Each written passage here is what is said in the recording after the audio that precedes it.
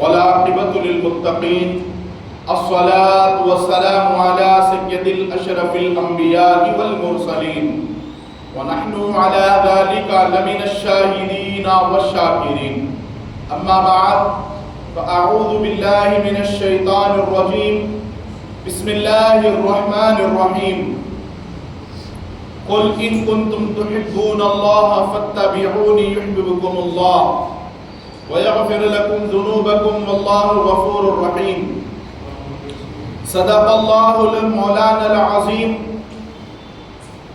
وقال سبحانه وتعالى في شان عظمة حبيبه الكريم إن الله وملائكته يصلون على النبي يا أيها الذين آمنوا صلوا عليه وسلموا تسليما اللهم صل وسلم وزد وبارك على النبي محمد وآل محمد سيد الرجال المفضل يا بحر الكمال يا جمال يا محمد صلى الله عليه وسلم. معزز و مکرم و محترم سامعین کرام، اللہ رب العزت کا بے پناہ احسان عظیم ہے کہ مولا سبحانہ و تعالیٰ نے گزشتہ کئی جمعوں سے ہمارے حق اور حصے میں تذکرہ شاہ جیلان سرکار سیدنا حضور غوث الاعظم دستگیر رضی اللہ تبارک و تعالی عنہ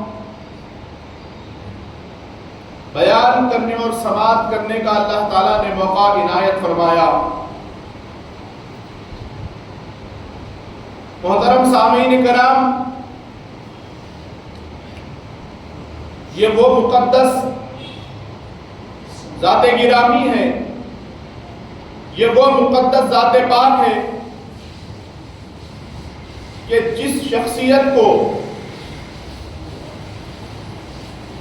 رسول پاک صلی اللہ تعالی علیہ وسلم مولا کائنات شیر خدا علیہ السلام نے اپنے خاص کرم سے نوازا. محترم سامعین کرام، ان کا ذکر ہم اپنی محفل میں اپنی مجلس میں کرنا اور ان کی شان بیان کرنا اور ان کی شان سماعت کرنا. محترم سامعین کرام، جب کوئی بندہ تذکرہ غوث اعظم کرتا ہے، جب کوئی بندہ تذکرہ غوث اعظم سماعت کرتا ہے، یاد رکھیں آپ کا یہ ذکر کرنا، یہ بیان کرنا سرکار پیران پیر حضور غوث الاعظم دستگیر رضی اللہ تبارک و تعالیٰ عنہ کی شان، یہ آپ کا خود کا کوئی کمال نہیں، یہ ادھر کا انعام ہے. اور ان کو یاد کرنا، بغداد شریف کے تاجدار کا تذکرہ کرنا، روزانہ سرکار غوث پاک کے مناقب بیان کرنا، روزانہ غوث پاک کے مناقب سماعت کرنا، سرکار غوث الاعظم کی شان میں منقبت پڑھنا، سرکار غوث الاعظم کی شان میں منقبت سماعت کرنا، یہ ہمارے اندر کا کمال نہیں اور یہ اتنا ہی نہیں کہ غوث پاک رضی اللہ تبارک و تعالیٰ عنہ کی دین ہے، ان کا کرم ہے. بغداد کے تاجدار نے ہم کو ان کا ذکر کرنے کے لیے، ان کا ذکر سماعت کرنے کے لیے چن لیا ہے. صرف اتنا ہی نہیں معزز سامعین کرام، یہ وہ ذات گرامی ہے جو ایک ہاتھ اپنا دریا میں ڈالے تو کشتی کو ترا ڈالے. یہ وہ ذات گرامی ہے جو قبر پر ٹھوکر مار دے، مردوں کو جلا ڈالے. یہ وہ ذات گرامی ہے، صرف ان کا ذکر کرنا ان کا فضل، ان کا کرم ہی نہیں، بلکہ جتنا بندہ ذکر غوث اعظم کرتا ہے، ذکر غوث اعظم سماعت کرتا ہے، معزز سامعین کرام، اس کا انعام یہ ہے، کوئی غوث اعظم کا تذکرہ کرتا ہے، شان مولا علی کی بیان ہوتی ہے، شان پیارے نبی کی بیان ہوتی ہے. یہ وہ سرکار کی ذات گرامی ہے. محترم سامعین کرام، ایک مرتبہ دیکھیے کرم، کیسا کرم خاص ہے پیران پیر کے اوپر، پیارے نبی اور مولا علی کا. اجمیوں کے درمیان میں غوث پاک کا جلسہ ہے ہمیشہ، لیکن ایک مرتبہ آپ کو یہ حکم ملا کہ عبدالقادر عربیوں میں بھی بیان کیا کرو. اجمی یعنی غیر عرب کو کہتے ہیں، دوسری اور لغت اور زبان ہوتی ہے، وہاں کی ایک اور لینگویج ہوتی ہے، لیکن عربی یہ بڑا خاص فن ہوتا ہے جس کو عربی آتی ہے. سرکار کو حکم ملا عبدالقادر تم عربی میں بیان کرو. کھڑے ہو گئے سرکار سیدنا حضور غوث پاک رضی اللہ تبارک و تعالیٰ عنہ. لوگ جمع ہو گئے دور دراز تک. یہ خبر پھیل گئی کہ اس جلسے میں مخاطب سیدنا شیخ عبد القادر ہوں گے, غوث پاک رضی اللہ تبارک و تعالیٰ عنہ ہوں گے. ہزاروں لوگ لاکھوں کی تعداد میں چوک در چوک جمع ہو گئے اس اجتماع کے لیے. سرکار غوث پاک رضی اللہ تبارک و تعالیٰ عنہ کو دعوت خطاب پیش کیا گیا. پیران پیر سرکار حضور غوث الاعظم دستگیر رضی اللہ تبارک و تعالیٰ جب آپ خطاب کے لیے پہنچے تو آپ نے دل میں خیال کیا کہ میں اجمی ہوں. ایران میں گیلان ایک صوبہ ہے, وہاں کی پیدائش سرکار حضور غوث پاک کی. اسی کی نسبت سے غوث پاک کو سیدنا شیخ عبد القادر الگیلانی کہتے ہیں. عبد القادر جیلانی بھی کہتے ہیں. گیلان شہر میں ایک چھوٹے سے محلے کا نام جیل بعض روایتوں میں آیا اور بعض جگہ پر گیلان کی بجائے اس کو جیلان بھی کہتے ہیں. اس وجہ سے سرکار غوث پاک کے نام میں یہ جیلانی اور عرب لوگ اس کو گیلانی کہتے ہیں. تو وہاں کے آپ کی پیدائش ہوئی اس قصبے میں. تو آپ دیگر اور علوم جانتے لیکن عربی مسئلہ تھا اور جتنے لوگ سامنے آپ کے تشریف فرما تھے وہ پورے عربی. آپ نے خیال کیا کہ میرے مولا میں اجمی ہوں اور عربیوں کے درمیان میں تقریر, ان کے درمیان میں خطاب. محترم سامعین کرام, یہ بیان کرنا تھا, زبان کو لے کر سوچ رہے ہیں کہ میں کیسے بیان کروں. تو آنکھ بند کرتے ہیں, دیکھتے کیا ہے, شان اگر ہو تو ایسی ہو. انسان اگر عروج کی منزلوں کو پانا چاہتا ہو تو ایسا ہو. جلسے میں دیکھا کہ کملی والے آقا مدینے سے تشریف لا رہے ہیں اور رسول پاک صلی اللہ تعالیٰ علیہ وسلم نے کہا, بیٹے عبد القادر اپنا منہ کھولو. غوث پاک فرماتے ہیں کہ میں نے رسول کائنات صلی اللہ تعالیٰ علیہ وسلم کو جب جلسہ گاہ میں آتے ہوئے دیکھا اور یہ حکم سنا کہ عبد القادر منہ کھولو, فرماتے ہیں کہ میں نے منہ کھول دیا. رسول پاک صلی اللہ تعالیٰ علیہ وسلم 7 مرتبہ اپنا لعاب دہن سرکار غوث پاک کے منہ میں عطا فرماتے ہیں.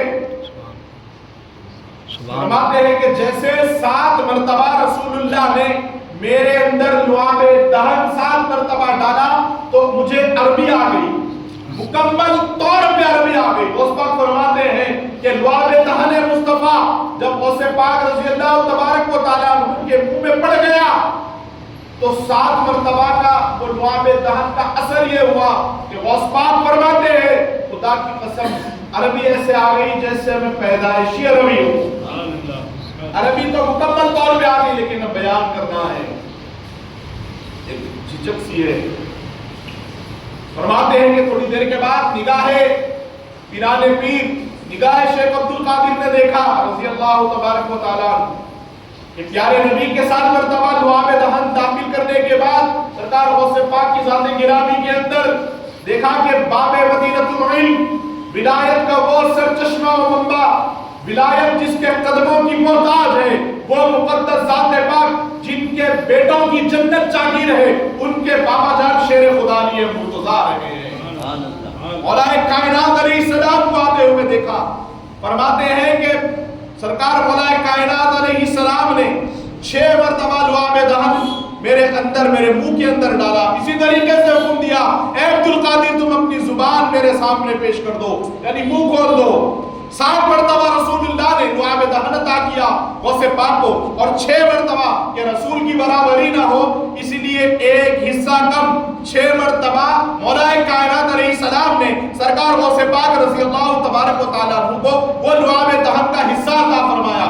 فرماتے ہیں کہ پیارے آقا کے لعاب دہن سے اثر یہ ہوا کہ عربی مکمل طور پر میں جاننے لگ گیا اور مولا کائنات کے لعاب دہن کا اثر یہ ہوا کہ 1,70,00,000 کا کیا کروڑوں کا بھی مجموعہ ہوتا تو مولا کائنات کے فیض سے عبد القادر بیان کر جاتا. وہ حوصلہ معزز سامعین کرام، وہ ہمت سرکار شیر خدا علیہ السلام سے جو آپ کو عطا ہوئی، پھر آپ کو حکم ملا کہ عبد القادر اب بیان کرو۔ محترم سامعین کرام، غوث پاک رضی اللہ تبارک و تعالیٰ عنہ نے جب بیان کرنا شروع کیا، خشیت الہی لوگوں پر اس طریقے سے طاری ہوئی، بیٹھنے والوں پر اس طریقے سے اثر ہوا کہ ہر جملے پر 70 آدمیوں کی روح پرواز کر جاتی، لوگوں کی روح نکل جاتی، اس دنیا سے اس کوچ کر جاتے۔ اور یہ ان ہستیوں کی شان کیا ہوتی ہے، اکابرین کی، جو ہم کے راستے پر ہے، اللہ والے ہیں، اللہ کی طرف سے جس کو یہ الہام کر دیا گیا ہے کہ ہم نے تم کو اپنے ذکر کے لیے اور اپنے محبوب کے تذکرے کے لیے، میرے دین کی خدمت کے لیے، اللہ تعالیٰ جسے منتخب فرما لیتا ہے، ان کا بیان کرنا، ان کا واعظ کرنا، ان کا خطبہ دینا معاشرے میں اللہ تعالیٰ اسے سب سے منفرد کر دیتا ہے، سب سے الگ بنا دیتا ہے۔ جب یہ قیامت کا تذکرہ کرتے ہیں نگاہوں کے سامنے سننے والوں کے، وہ مساجد کے، وہ جلسہ گاہ کے محراب و منبر نہیں ہوتے، انہیں میدان محشر کا وہ میدان نظر آتا ہے۔ جب یہ جنتوں کا تذکرہ کرتے ہیں، اللہ تعالیٰ اپنی نعمتیں اس بندے پر ظاہر فرما دیتا ہے۔ جب یہ جہنم کا تذکرہ کرتے ہیں تو جہنم ان کے روبرو ہو جاتی ہے۔ جب کوئی بندہ اپنی نگاہوں سے اپنے سامنے کوئی منظر کو محسوس کرتا ہے، دیکھتا ہے، خدا کی قسم اس کے اندر خود بخود خشیت طاری ہوتی ہے۔ غوث پاک کا بیان کرنا جب اللہ سے ڈرنے کا حکم ہے، ہر ایک مومن بندے کے لیے، ہر ایک کے لیے جو اللہ تعالیٰ نے حکم دیا، اتقوا اللہ، اللہ سے ڈرو، اللہ کے لیے تقوی اختیار کرو۔ محترم سامعین کرام، جب اس حال میں بندہ ہوتا ہے، یاد رکھیے یہ اللہ تعالیٰ نے خالی حکم دیا، لیکن اسے کوئی اہل نسبت، اہل حق جب اسے بیان کرے، پھر یہ تو اہل حق کی بات ہے۔ غوث پاک رضی اللہ تعالیٰ عنہ سرتاپا حق ہے، غوث پاک کی ذات ہی سرتاپا حق ہے۔ جب یہ بیان کریں تو سوچیں آپ کیا اثر ہوا ہوگا۔ فرماتے ہیں راوی کہ ایک ایک جملے پر اس جلسہ گاہ کے 70 لوگوں کی جان چلی جاتی، 70,000 لوگوں کا، سرکار غوث پاک کے خطاب میں لوگوں کا انتقال ہو گیا، کئی لوگوں کی روح پرواز ہو چکی ہے، 70 آخری میں بچ گئے۔ محترم سامعین کرام، خطبہ غوث پاک رضی اللہ تبارک و تعالیٰ عنہ نے قبل از وقت